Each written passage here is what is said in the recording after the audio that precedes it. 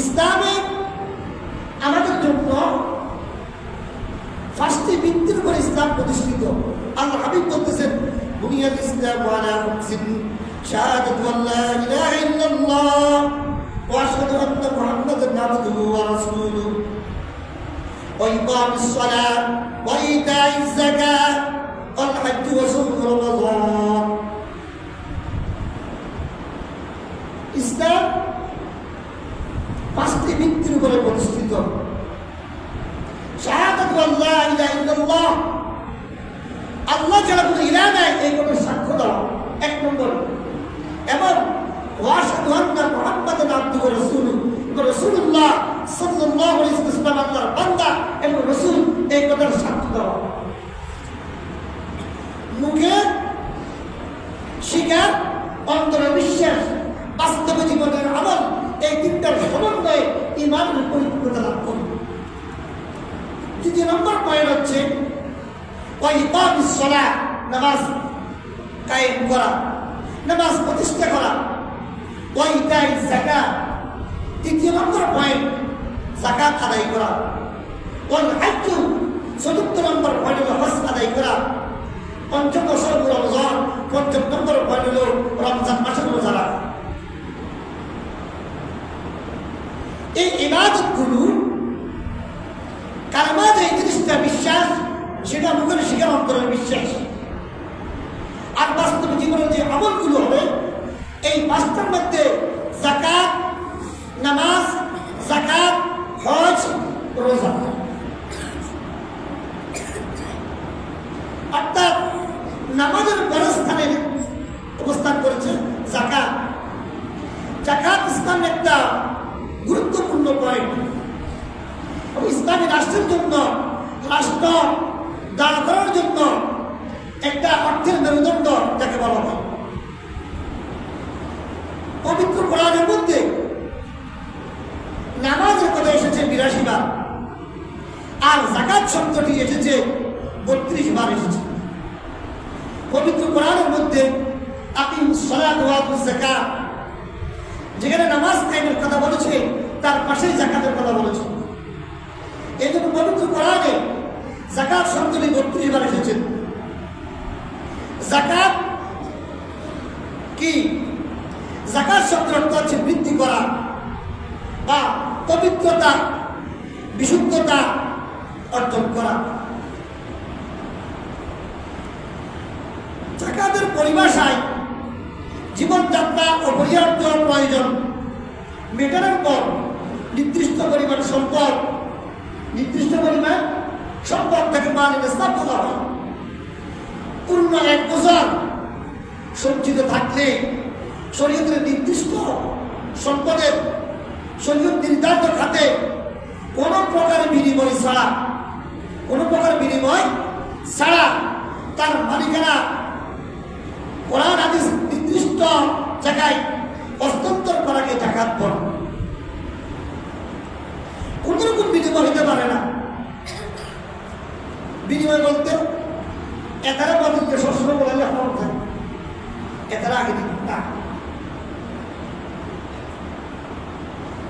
আপনি শরীয়তে যে নির্দিষ্ট খাতগুলো দিয়েছেন, ওই খাতগুলোর মধ্যে বিতরণ করতে হবে।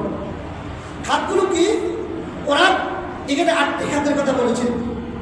ইন্নামাস সাদাকাতু লিল ফুকারাই ওয়াল মাসাকিন ওয়াল আমিলিন আলাইহা ওয়াল মুআল্লাফাতি কুলুবুহুম ওয়া ফির রিকাব ওয়াল গারিমিন ওয়া ফি সাবিল ওয়া ফিস সাবিল ফরিদাতাম মিনাল্লাহ ওয়াল্লাহু আলিমুন হাকীম। সূরা তাওবার ৬০ নম্বর আয়াত। ইন্নামাস সাদাকাতু লিল ফুকারা, সাদকা, এখানে সাদকা বলতে অনেকে যাকাতকে অন্তর্ভুক্ত করেছে। লিল ফুকারা, ফকিরদের জন্য, যারা গরিব আছে তাদের জন্য। ওয়াল মাসাকিন, মিসকিন। ফকির আর মিসকিনের মধ্যে একটু পার্থক্য আছে। ফকির আর মিসকিন এক নয়। ফকির বলতে দেখবার মতন জায়গা আছে, কিন্তু শরীরের মধ্যে অর্থ সম্পদ নেই। গরিবের যেটাকে আমরা গরিব বলি। আর মিসকিন বলতে এককালে নেই তো নেই, গরিবেরও নেই। আমাদের অঞ্চলের বসে বলে তো পাইপ তলে মাটিও নেই, বলে না? যার কিছু নেই, কি বলে? হাত তলে মাটিও তো নেই। ওয়ালামিলিনা আলাইহা, রাষ্ট্র যাদেরকে যাকাত কালেকশন করার জন্য আদায়কারী হিসেবে সাব্যস্ত করেছে তাদেরকে, ওয়াল মুআল্লাফাতি কুলুবুহুম,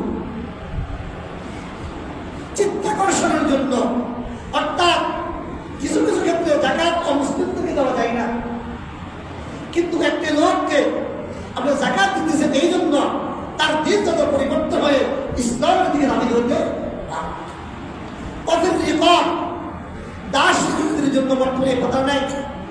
দাস মুক্তি বলতে একজন গোলাম তার মালিক তাকে বলেছে তুমি এই পরিমাণ আমাকে অর্থ দিলে তোমাকে আমি স্ত্রীভাবে আঘাত করে দিব, উন্মুক্ত করে দিব। তখন ওই ব্যক্তি এই দাস মুক্তির জন্য যদি চায় তাকে জাকাত দিতে পারবে না।